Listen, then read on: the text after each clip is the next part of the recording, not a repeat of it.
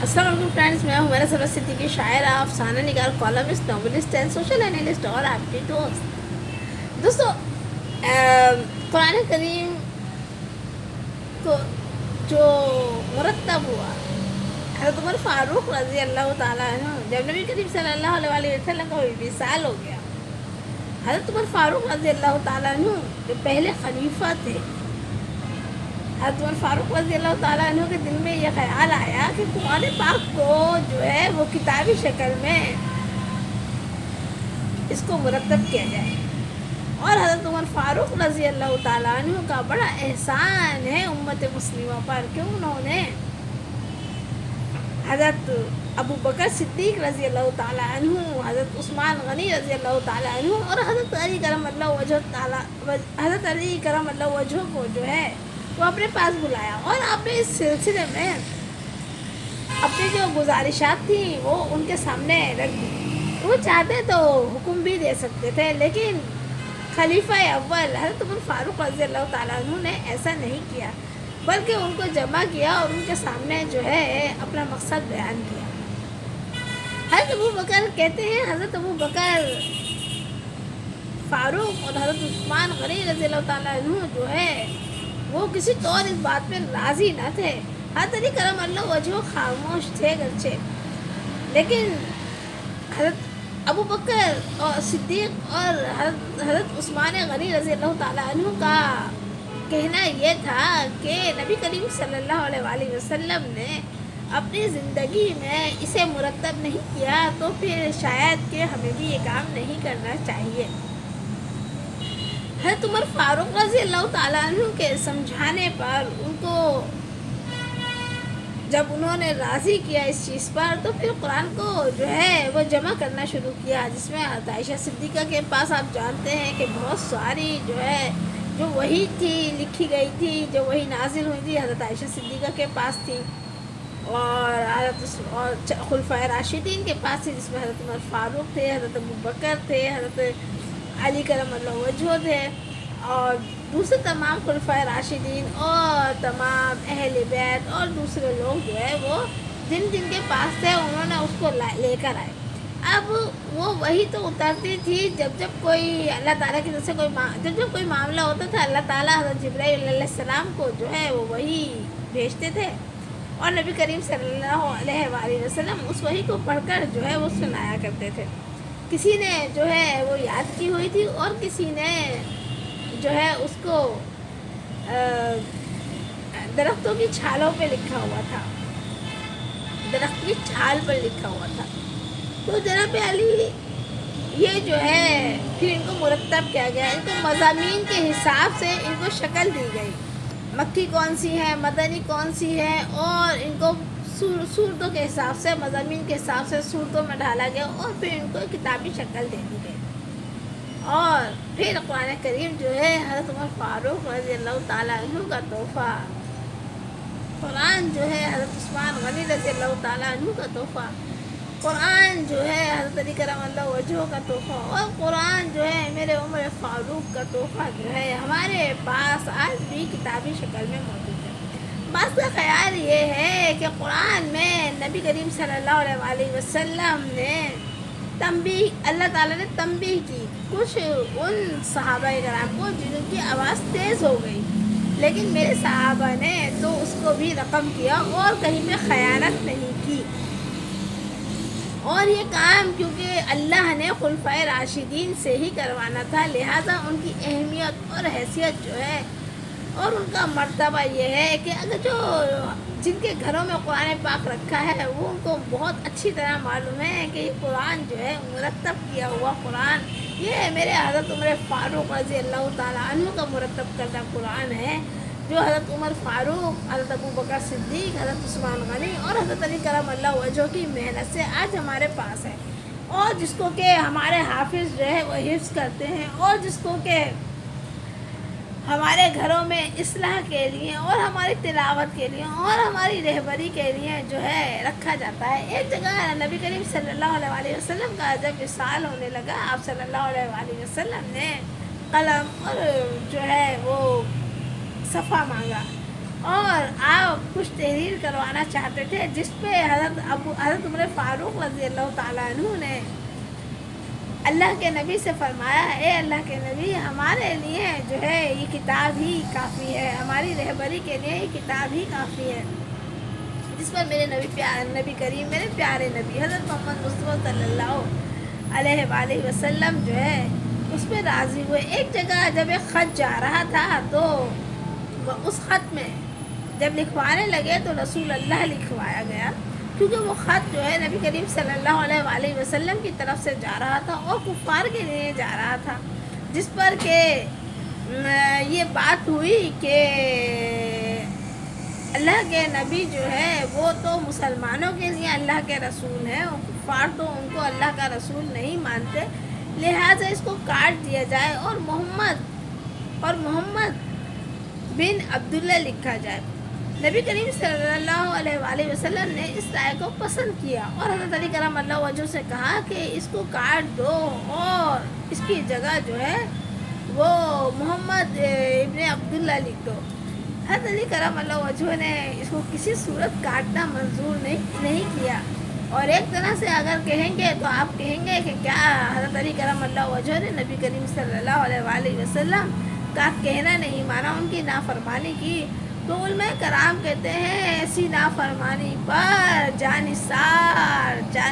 جائیے، ایسی نافرمانی پر، کیونکہ مرتبہ محمد صلی اللہ علیہ وآلہ وسلم کو کسی صورت جو ہے وہ کب نہیں کیا جا سکتا تھا۔ کسی کے کیا مجال تھی کہ مسلمان ہوتے ہوئے، صاحب ایمان ہوتے ہوئے وہاں سے وہ لفظ کاٹ دے، رسول اللہ خاتم النبیین جیسے لفظ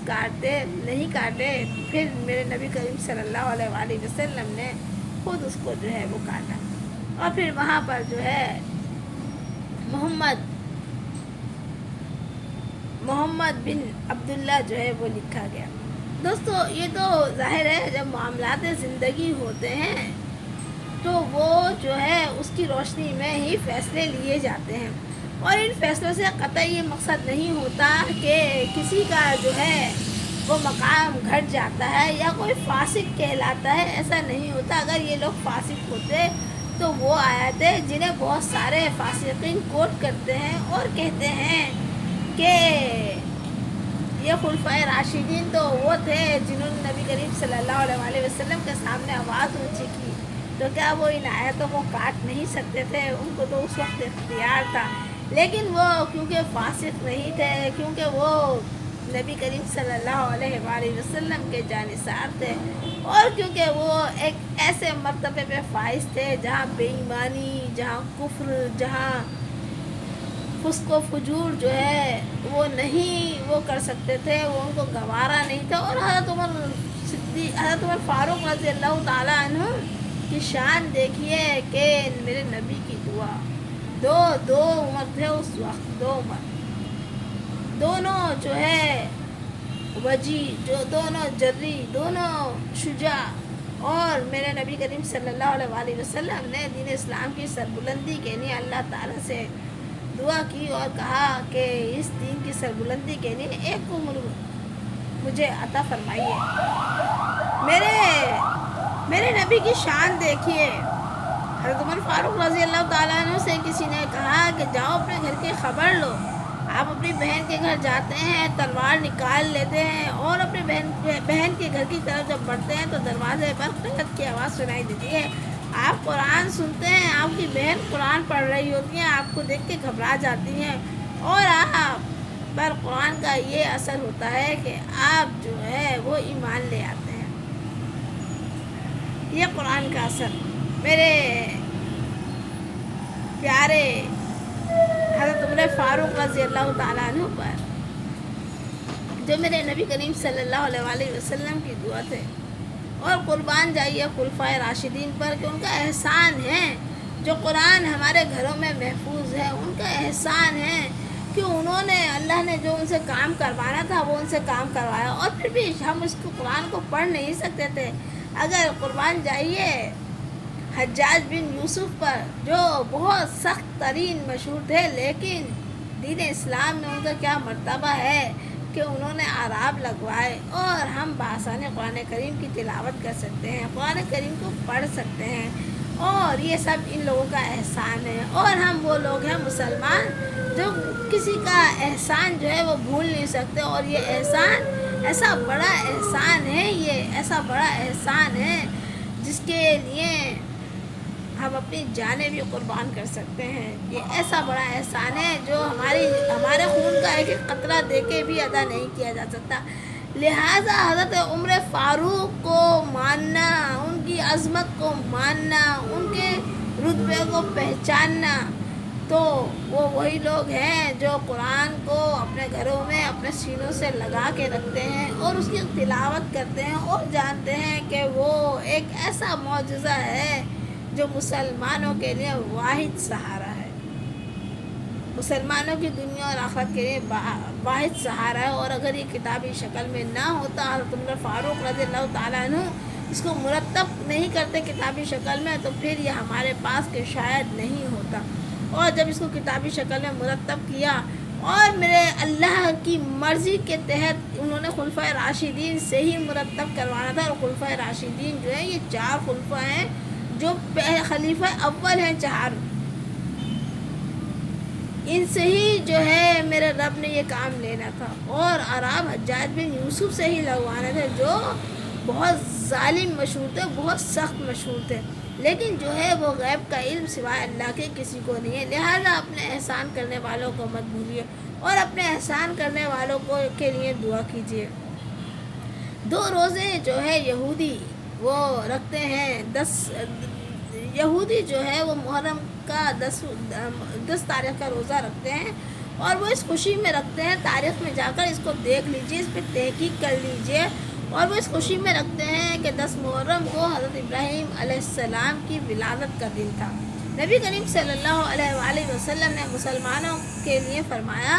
کہ وہ بھی یہ روزہ رکھیں، یہ نفلی روزے ہیں، اگر دل چاہے تو رکھیں، اور دل نہ چاہے، طبیعت خراب ہو تو بالکل نہ رکھیں۔ اس روزے کے لیے نبی کریم صلی اللہ علیہ وآلہ وسلم نے فرمایا کہ یہودیوں سے مشابہت نہ ہو، لہٰذا وہ 10 محرم کا روزہ رکھتے ہیں، اور مسلمان یا 9-10 کا رکھیں یا پھر 10-11 کا رکھیں، اس طرح مسلمان یہ 2 روزے رکھیں۔ اور یہ بڑے اہم دن ہیں جو محرم کے ہوتے ہیں، اور ان کا احترام ہم سب پر واجب ہے، اور ان کے احترام میں جو ہے ہمیں حد سے تجاوز نہیں کرنا چاہیے، اور اپنا بہت خیال رکھنا چاہیے، اور لغو باتوں سے پرہیز کرنا چاہیے، اور تہمتیں نہیں لگانا چاہیے، اور اپنے دین کو جو ہے وہ سنبھال کر اور اپنی آخرت کی جو ہے بہت حفاظت کرنے کی ہمیں ضرورت ہے۔ مسلمانوں کو اپنا بہت خیال رکھیں، دعاؤں میں یاد رکھیں۔ اللہ حافظ۔